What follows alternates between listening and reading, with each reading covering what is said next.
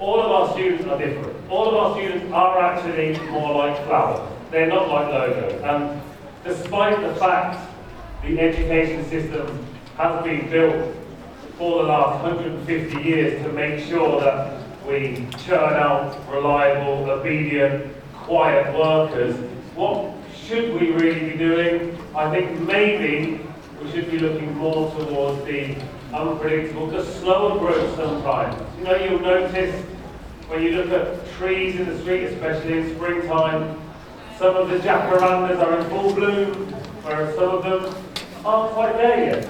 Some of them need a little more time. And some of them have gone all the way through their bloom and they're already green again. And it's like, whoa, there's a fast finisher for you. So, logos are designed, food and flowers are grown. Are we designing our students? You know, what is school actually for? Now, as a teacher, which I am, as you've heard before, well, those of you that were here on time, as a teacher, I think even more importantly, as a parent, school should not be solely about grades. I think most teachers agree with this. However, I'm based in Spain, I have been for the last 15 years, and I can see it creeping into my daughter now. I can see it across the board. The concern is grades. We are English teachers, you know. How often do parents ask you, when's she going to get the B1? How about the B2? When's the C1 exam? And the students are asking, they're looking at their work and they're saying, the teacher, is this in the exam? Is this going to be in the exam? Is this in the exam? Is this in the exam? Doesn't matter. And grandparents, at the end of term, we get notas. You know, I don't know what they're called in Portugal. Something similar, I imagine. There you go. Our notas come on an app called ePassen. The teachers call it Passen because it's quicker. And what we get there are 10 numbers. That's it. So, you know, our daughter, other daughters, other sons have been working, you know, all of the children, teenagers have been working for about 3 months, 6 months, a year, and we get a notification on our phone with a number.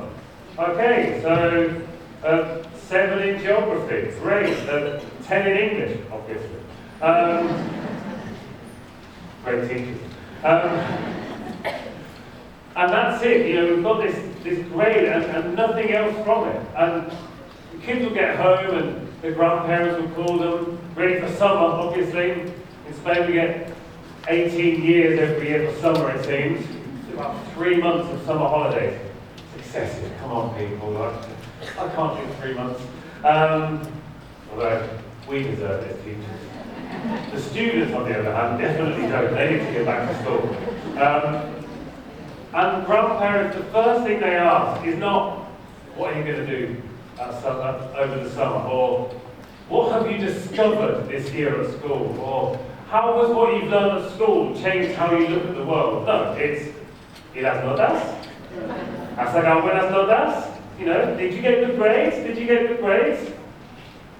I'm sorry, but who cares? I'm really sorry, who cares? Especially when these are primary age students and, you know, early secondary. Okay, I get it, at the end of secondary, grades are kind of important, you know, university and so on, but you're asking 9, 10, 11-year-olds, did you get good grades? Well, what's a good grade anyway? You know, a good grade for Pepe might be a 6 in geography, but a 6 in geography for Sylvia is the worst thing in the world. And it's just so frustrating that the system has been built to this for so many years. And, you know, what we should be asking our students isn't, you know, what grades did you get? But we should be asking, what have you learned and how is that helping you in the world? You know? And showing them that they can make an impact. And that these impacts don't have to be one huge heroic act, you know, they've saved the world, because they can't save the world. But maybe something smaller that, you know, maybe it won't impress Messi or Ronaldo, but if they were to show it to Sir David Attenborough or Jane Goodall, Dr. Jane Goodall, might make them proud instead. So maybe we need to focus our students' attention on something a little different. You know, not what grade did you get, but what did you learn, and do you care about that? So let's look now at sustainability in ELT, because that's what we're here for, isn't it? Well, we're not here for sustainability in ELT, so we're here for ELT. It has a unique place in the world. ELT reaches, I hate this phrase, all four corners of the globe. The globe, how does it have corners? What on earth? Who invented that? All four corners of the globe? Obviously, you know, we're not mathematicians, we don't really know, you know. Globe is circle, all the circumference of the globe. ELT reaches everywhere. Like it or not, English is kind of the global lingua franca. It is what everybody needs and everybody uses. So sustainability in ELT has this unique opportunity. And not to be, you know, a trendy topic that's there for one lesson, but to be seen as a lens by which you can learn English, but to be seen how you can improve and then gain the tools to be able to make that difference. But we do need to be careful in making that difference, that we don't say to all of our students, all of our children that, you know, you're going to change the world. Because, well, we'll see a little video shortly, maybe they don't want to change the world. Here's a lovely quote. I will read it for those of you at the back who maybe can't read it. Language education has a vital role to play in tackling climate change. Or the climate crisis is what I probably should say. It gives people the tools to understand environmental issues, to discuss ideas and to work together on solutions. That's from the British Council. And we are living it now. We are living the climate crisis right now, so why not learn about it? And how can we do it? So looking at empowerment without pressure, whoops. I'm going to show you a little video. This is what we talked about before. Let's hope it works. Fingers crossed the sound is a bit better than in our session.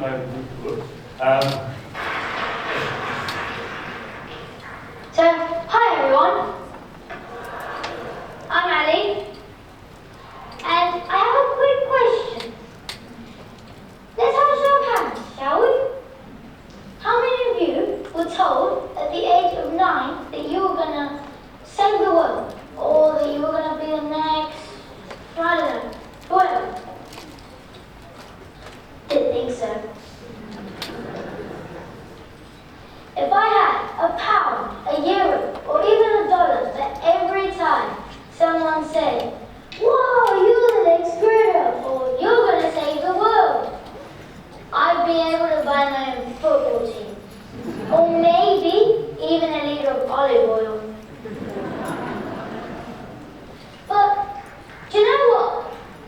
Sometimes I don't even want to change my socks, let alone the world. I just want to hang out with my friends and my mum, play football, and convince my parents that ice cream really does count as a balanced meal. And I don't want to be the next Greg. I want to be the first me. So, you know, we put this pressure on our students that they're going to change the world. You're going to do big things, you're going to do enormous things. Maybe they don't need that pressure. Maybe what they actually need is support. And becoming, you know, a more sustainable person in general, empowering those change makers, it doesn't start with content. It starts with mindset. And that comes from us as teachers. It comes from parents as well, but we can't control parents, although they can control us. They can't control us. We've got the power, don't worry. It's not about that pressure. It's about, you know, harnessing this greener mindset. So here we go. The photo taken there, by the way, the photographer of that is actually sitting here in this audience today. She's out the front here. Her name is Hema, expert photographer. Absolutely incredible. There we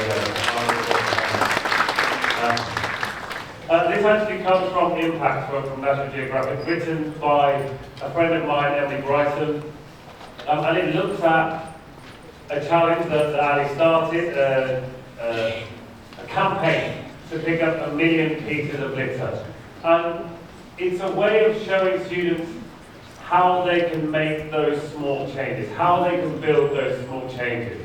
I'll enlarge it for you there. So it's asking questions and working on, getting students to work together, to talk together. It's not focusing on, the grade. It's not focusing necessarily, in this case, in this moment, on the language. It's asking about Ali's task. It's asking about what she's doing. It's asking about, do the students agree or disagree with these different ideas?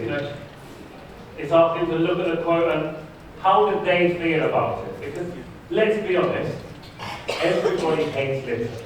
And if they don't hate litter, there's something very wrong with them. Although some people do throw it on the floor. Nobody here, obviously. And our here is really clean. I was super impressed. Really, really impressed. I wasn't impressed with the bit of no man's land between Portugal and Spain, where people obviously stopped to throw their bottles of wee on the floor, which is not the nicest sight in the world, and probably not somewhere we'll be going to do a litter pick. But it works on helping students find their voice. I think somebody in the plenary earlier mentioned about voices. And as we mentioned earlier, it doesn't mean shouting from the rooftops. Not every student wants to stand on stage at IATEFL and make jokes about olive oil prices. Some students want to be in the background. So it's about expressing themselves and thinking about their answers, and it looks at the different ideas. Because not all students want to work in groups. Not all students want to work in pairs. It gives the opportunity of how the students would like to work. Some students do want to work on their own.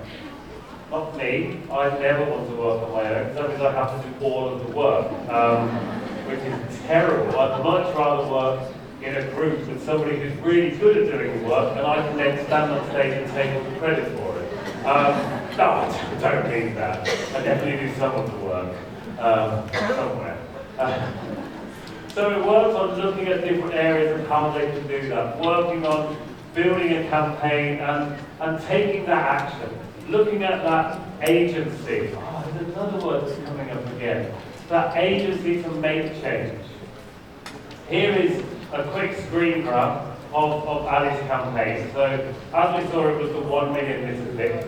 She actually picked up the 1 millionth piece of litter in Edinburgh last year. And they're now on to what was just over that now, it's 1.4 million. And the key to her campaign wasn't that she went out and picked up litter. The key to her campaign was asking other people for help. Ali never wanted to be celebrated for this campaign. It wasn't about her. It was about showing other people the dangers of plastic consumption, plastic production, and then plastic pollution. And as you can see, there were litter picks done in every habitable continent, which is pretty impressive. In fact, this one here was actually Emily Bryson who wrote the previous page. And it was all about collective action and a community, because they are working together as a community. And Ali is part of Kids Against Plastic, as am I. It is a global community where they have this shared goals, not only against plastic, but also about empowering young people to make a difference, which is why we're here today, in this moment, not here in general. And don't we want that? Don't we want students who are willing to stand up and speak for themselves? The question, us. I find now with Ali at high school, there's been a big change. Because now it's, you have to do this for the exam. Go home, read this book, then come back the next day and vomit what you read in this book onto the page. So, history, for example, you don't learn about history. You don't learn from history. You learn history. And then you come in and you write that history word for word to make sure it sounds exactly how it sounds in the book. And apparently, that's learning. Now, luckily for us, luckily for our daughter, Sarah, good memory, that she can do that. That's not great for most people. So, surely the idea of empowering them to say to the teacher, I'm not sure I'm actually learning here, would be pretty good. Obviously not in our classes, and obviously not when we say you can't have ice cream. We don't really want them questioning that. But we want them to question us. Why not? Give them that safe space where they can come to you and say, do you know what, teacher?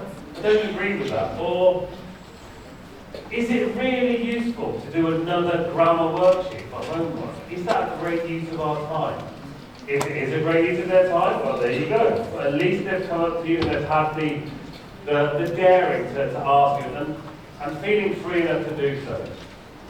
And as we can see here, the imagery goes very well with this quote. Who do you listen to? I don't know how many people are parents here. Do we have other parents here? Any other parents? We've got some, we've got lots of parents. What governs what you put on the dinner table in the evening? Is it what you want to eat every day? Or does it sometimes have something to do with what your child is willing to eat? I don't want broccoli. You have to eat it. It's difficult. So, showing that young people have that power, they have that influence. Okay, maybe they're not going to stop fossil fuels being drilled up tomorrow, but what they can do is go home and say, do you know what, Mum? Maybe we don't have to have meat with every single meal we eat. Or maybe, when we go to the supermarket, we don't need to put the bananas into a plastic bag, because they've already got this really cool thing on the outside that protects them from germs. It's called peel. Oranges as well. Oh, I saw an orange recently that had been peeled and then put into plastic. It's like, come on, man. What is this? Absolutely ridiculous, and probably, then transported around the world. So, it's so important to show these young people that they do have that power, that their sphere of influence can grow. And we can show them that in our classrooms. We can show them that they can influence other students, they can influence their cousins, their grandparents, and they can absolutely influence their parents. 100% they can influence their parents. So let's look at how we can make an impact. And again, something I absolutely love here, your choice. Far too often when it comes to projects, and I'm not going to pretend I'm not guilty of this, we walk out there and we're like, first project of the year, guys, it's about me. Again, here's mine. There's my picture. Here's my name, my age, what I like, where I live, and there you go. This is my project model. You are going to do this. Go and do it. Bring it back tomorrow, or in a week, or whenever it has to be back. And oh look, we have 27 of exactly the same projects. Wow, this is so useful. Aren't our students being super creative here? Yeah, they're really thinking outside the box. How about we let our students take a choice? How do you want to present that project? Here we're looking at making an impact. We're looking, could it be create a recipe book? Maybe a low impact recipe book, a leftovers recipe book. Love that one. A plant-based recipe book. If they do that, send some ideas to me. I'm not the best in the kitchen. Sorry. I'm not the worst. I'm probably the slowest in the kitchen ever, and certainly not the cleanest. Working on a no waste campaign for school. How much waste is there at school? Now, I'm not just talking about school meals or the food that isn't eaten. Think about those snacks that they have, covered in plastic and junk and rubbish. And at the end of playtime, there's just plastic everywhere. Look at that waste. What waste are they looking at there? And then create a comic strip for your more artistic students, or the ones who aren't afraid to draw, which depends on their age. By the time they're about 13 or 14, they maybe reach that stage where I can't draw, so I'm not going to. terrible at drawing. Please don't ever ask me to draw it. So here we go. We'll look at them a bit bigger here. Looking at what has been wasted, turning it into recipes, and then making it into a book. Drawings, photos, whatever you want. Why not make a really cool reel, that could go on Instagram if the students use social media, or a fake Instagram that you're going to use at school, because why would we encourage them to use social media when we know it's really not great?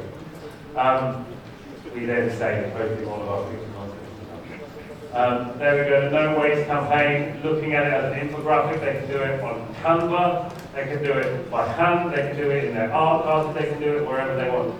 If you want the slides, everybody, I'm sure we can get them to you. Feel free to get in touch with myself or come to the Nat Geo booth afterwards. Actually, do come to the Nat Geo booth afterwards. We can maybe take a photo together inside the yellow rectangle of glory. And then we can put them all on social media and tell you not to use social media at the same time. Because, hey, why not be a hypocrite? And then the comic strip as well, looking at that idea. Now looking at cultivating these sustainable citizens, how can we do that? How can we plant that seed of sustainability? Because sustainability isn't just environmental sustainability. When I started Renewable English, the reason was textbooks didn't have sustainability in them enough. There would be that one environmental unit, but that kind of too hot. Stop going. If it's too shiny, you might want to put some sunglasses on, okay? I did give it a good polish this morning, so the shine might come off there, but you might need to put your sunnies down. Excuse myself there. So yeah, I started out because there weren't enough sustainability sections. Now, one thing I love, that a theme that runs through these National Geographic books is it does have sustainability running through the themes. It's not just environment page where we're killing the polar bears and then let's talk about football. It moves on, it has all of these different ideas because that's where it came from first. But it's kind of evolved, as it should, as we should as humans. And it's now much more about youth empowerment and looking at sustainability, not just for the planet, but for people as well. Trying to encourage our students to make the world a better place for other people as well. So, being nice is a good start. Being kind is a good start. That's all part of being sustainable. Also, not using single-use plastic all the time and eating much less meat. So let's look at learning. It's time to learn. This is an acronym that I worked on with, at the time, a 17-year-old high school student from the US. I started with these first three. Listening to what our students care about, engaging with their ideas, and amplifying their voices to real audiences. Now this is where I was like, Leah, that's nice, that'll work, that's 3 letters, a TLA, 3-letter abbreviation, good one there, which ELT loves a good TLA, and I stopped at that. And I was doing a podcast with Heidi Penn, her name is, and she said, well, how about it goes a bit further than that? Looking at respecting those ideas. Because you know what? Maybe, students, they do eat meat. Students do use single-use plastics, and respecting that and not belittling students for using a plastic bottle, respecting that and encouraging them to do other things as well. I would never belittle a child for using a plastic bottle. I would really encourage them to use a reusable bottle. This isn't mine either, it's second-hand reusable bottles. It's got everything. And finally, and probably the most important of all, as teachers, as students, and that is to nurture. Nurture those ideas. Help those ideas grow. Take those small acts and habits and turn them into a reality. Turn them into something they do every single day. Take those small things and help them grow. And if you use this wonderful acronym in your classes, then it can really help your students, feel like they have that safe place. Far too often, we don't do that. Far too often, we don't really listen to what they care about, what they need. Now, this isn't just about the environment. This is, it's my cousin's birthday party at the weekend. Hopefully, it's a hard-boiled egg. Because again, that falling down, if you've ever done the egg drop challenge, that can get very messy. Although it is fun to show students how strong an egg is when you squeeze it from the top. It's really, really strong. Don't get the animal wrong, or poor Anna will end up with egg on her face, literally. That definitely happened once, and I had to let her break on my head. So, even things out. Respect the student's decision. If they want to have a raw onion in there, who are we to say that that's crazy? My father-in-law eats raw onions. He is the manliest man I've ever seen. Raw onion. I can't. Just straight raw onion. Hardcore. Amazing. And I respect that. That is amazing. Not something I can do. I want to go for raw garlic next, but again, I don't think I'm quite tough enough for that one. So respecting their different ideas and then nurturing it. Plan these ideas and revisit that. When they come in the next day and they don't have their packet of chemical junk chocolate mess, and they come in with an apple.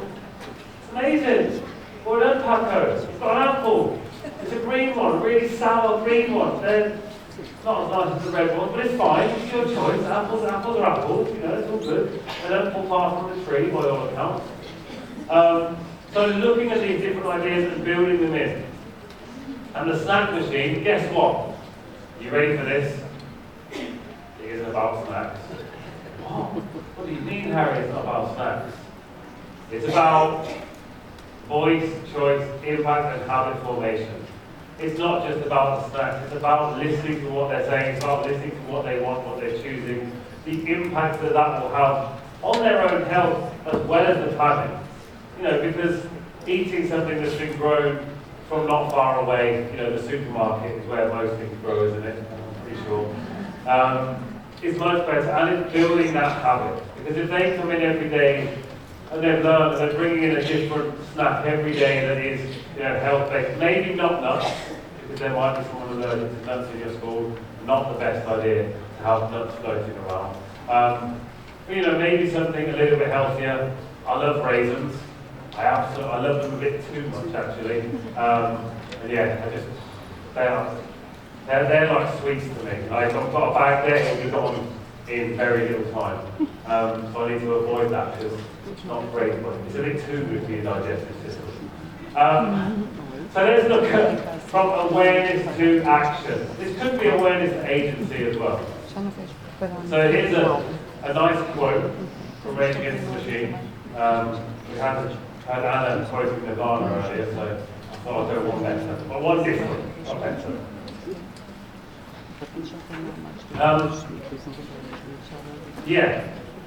Ignorance is bliss. And far too often that is the case. We don't know about something, so we feel okay about it. We ignore it. Let's not talk about, the conflict in Gaza because it makes us feel uncomfortable. Well, there's been a ceasefire now, so it's fine. Yeah, totally fine. Maybe we can use it a bit more. If we ignore it, we'll feel fine about it. I don't like ignorance, but sometimes when you know stuff, you can't really do much about it. Especially young people will feel, that sea levels are rising. What can I do about that? Maybe you can't do a great deal about the sea levels rising, but what you can do is work in your sphere of influence and you can improve other areas that will help that. I might feel sad. I feel sad a lot. I feel sad when I look at the news on a very regular basis. Sad things are happening. It is a sad world out there. I probably feel that more often though. My wife can attest to me screaming and shouting at my phone at awful things that are happening. Young people now can feel hard done by. I was even talking to Chris, who we can all see at the Nat Geo stand down there earlier. I'm talking about us as young people in this instance, how hard it is nowadays to buy a house. You know, it's not easy, whereas, you know, for our parents and grandparents, it was a stick of chewing gum and 3 nuts, and they had a 4-bedroom house in the central London. You know, nowadays it's more difficult for us. And we do feel hard done by it. And we lose hope. That's one thing we really need to keep. Hope is that, like, last grain of awesome that we have. And there is still hope.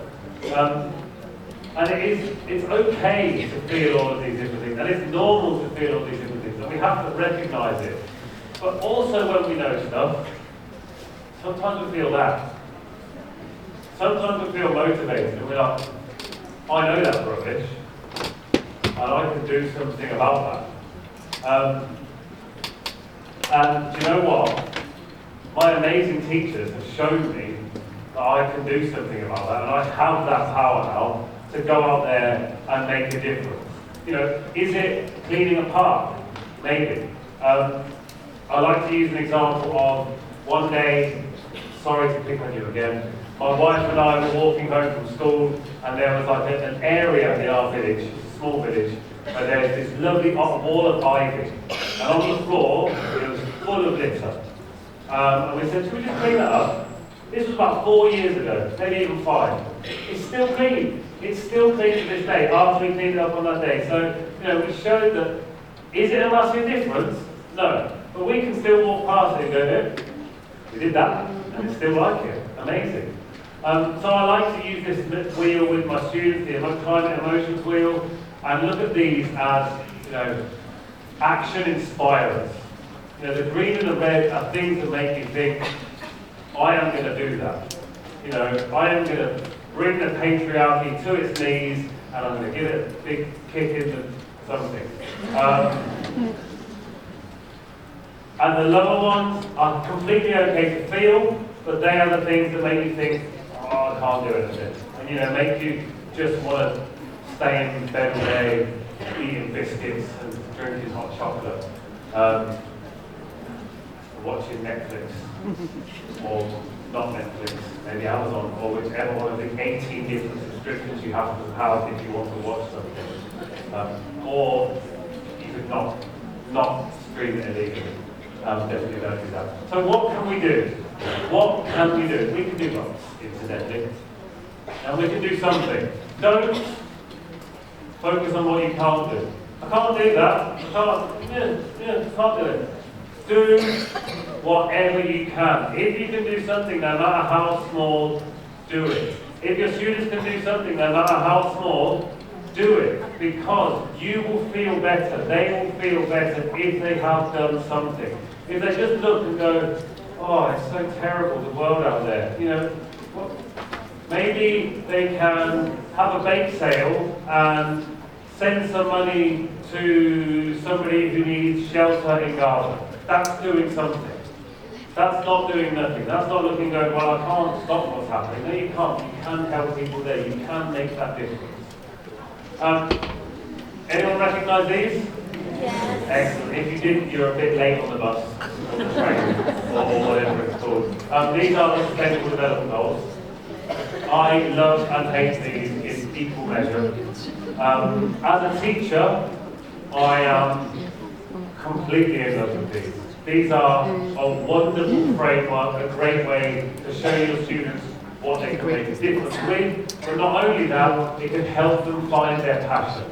Which one of these are they most connected to? I am a bit annoyed with the wording there. It should be responsible production and consumption, because, you know, if we're not producing the stuff, then we can't consume it. So you got that one wrong there, UN, and also that one. Decent work and economic growth. Decent work, great.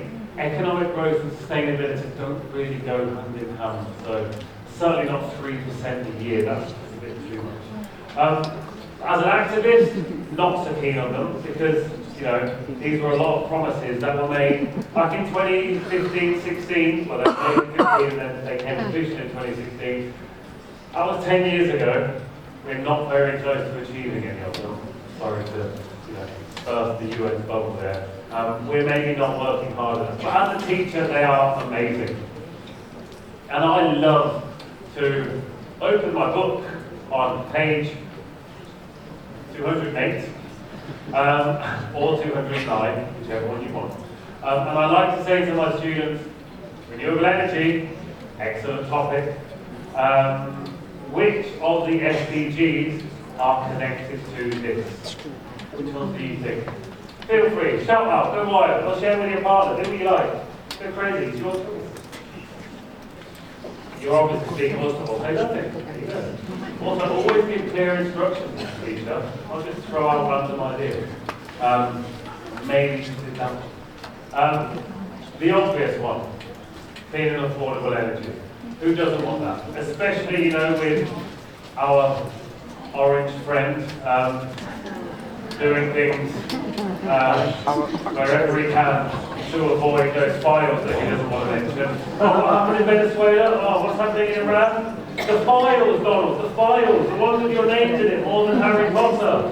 Has his name in Harry Potter, that one, The one from that financier, that guy, yeah, no? Are you going to bomb a different country? Okay, fair enough. Well, that's doing a lot for renewable energy at the moment, actually. It's doing a lot for it. Lots more electric cars are being sold, lots more solar panels are being installed. So, every cloud is usually caused by somebody doing something awful. So that's the obvious one. But there are so many more. Sustainable cities and communities. As we were driving through national parks, we got to an area where we were near something edge. I don't know if I said that right. And the car park was my dream. It's the thing that I frequently talk about. The parking spaces were covered in solar panels. And I was just doing a little dance, which is very dangerous when you're driving, by the way. Don't dance and drive. They say not to drink and drive, don't dance and drive either. Really bad. I was like, look, they're doing it, they've got it here. So those kind of ideas really help with sustainable cities and communities. Obviously, innovation, infrastructure are built on these different areas. And of course, quality education, love that one as teachers. Showing our students the impact of these different uses of energy, climate action, and then I would say, personally, the most important SDG, that one. Because if we don't use and buy as much stuff, then we won't do as much damage. And we'll be making the world a better place for tomorrow. So buy second hand, another good idea. This shirt from Vincent, very nice, isn't it? Head baker, only cost me €4. These jeans were from a market in Madrid, second hand. I've had them for many years. I even sewed up I would show you the whole one. This belt I stole from my wife. These shoes were brand new. They are very fancy. They were brand new when I was 21. So I was a little while ago. So looking at these different ideas, we can work on projects with our students. This is for our older students, for our adult students. This comes from Life. The book, not just Life in general. Really nice, go and check it out. Making a game or competition on who can save the most energy. Again, you're using those small habits to make those changes. How can you save energy? Where are places you can save energy? What's happening to the clothes before and after? That was obvious. And then, of course, how is the planet being affected by fast fashion? Well, about 10% of emissions come from fast fashion, so that's a good question. Here's a picture of a very interesting looking child there. Yeah, she looks a bit, I don't know, scary. I'll be a bit worried. Do you really need it? We were talking before about phrasal verbs. I was going to come out and say that I was scrapping this and we were actually going to talk about phrasal verbs. There's one here, throw away. I don't think that should really exist anymore. Because it isn't throw, you can't really throw anything away, you can throw it to a different place. It's out of sight, out of mind, but there is no way. Often it's just shipped off to another country, or that landfills There is a lantern in Chile, in the Atacama Desert, the driest place on earth, that can actually be seen from space, all clothes. We're going to Chile for our next holiday, okay? I'm going to update my wardrobe there. It needs updating, right? Or maybe it needs washing. So, why not? When we're asking our students, what are you going to ask Santa? We have the 3 kings in Spain and Santa as well is creeping in. Who do we have in Portugal? Okay, so when we're writing our Christmas list, why not write something you want, fine, something you need, and an experience. That's your Christmas list. You're getting 3 things. And you know what? You're going to be grateful for it as well. I remember at Christmas I'd get a pair of school trousers because I needed them, because nowadays students and children are so accustomed to having everything they want all the time. Maybe focus on, getting one thing you want, one thing you need, and then an experience, because that experience will live with them much longer than a bluey toy that will break in the park when their friend Monica stamps on it, although it's actually Paw Patrol and nothing happened. Core memory there, or trauma we might call it. So working on these different ideas to make sure our students understand and appreciate these things. And then, here we go, another one, looking at shopping and how that can make a difference, looking at the different goals. This one's in here because I remember when I heard about coming to Aveiro, the first thing I read, and the first thing I said, this is not true, because nowhere could be another place. Aveiro is Portugal's Venice, I remember reading. I was like, no, Aveiro is Portugal's Aveiro. It is not Portugal's Venice. Venice is Venice. Yes, that's it. It's like, with my daughter, it doesn't want to be the next president. It doesn't want to be Venice. It's going to be Aveiro. It's a really, really wonderful place. And it really is absolutely awesome. So all of these different ideas we can work on in school. We can look at a zero waste week. How can we try and reduce the amount of waste that we have? We can have a fix-it challenge, trying to fix things that have gone wrong, like the hole in my trousers here. Yeah. And you can do a clothes swap in school. Why not? It's free, and again, your students will be running it. They'll say, look what we did, look at the difference we made. We did that clothes swap, we organised it. And now we've got loads of new clothes that used to belong to somebody else, and I hope they're washing it, because I just put it straight on. And that is just about that. Before I go, I've got I think probably the most important message, why I saved it till the end. Don't do bottom falling on this. No. Stop trying to be the best in the world with our students. They're so obsessed, what grade did you get in your exam? Oh, I got the best grade in the class, I'm amazing, I'm the best, I'm the next Messi. I'm really sorry everybody. Controversy, unfortunately, season. 40 everything. But start trying to be the best for the world. I think it's time we stop trying to get the best grade and start trying to do the best that we can for the world. And with that, I'm going to say thank you very much, everybody.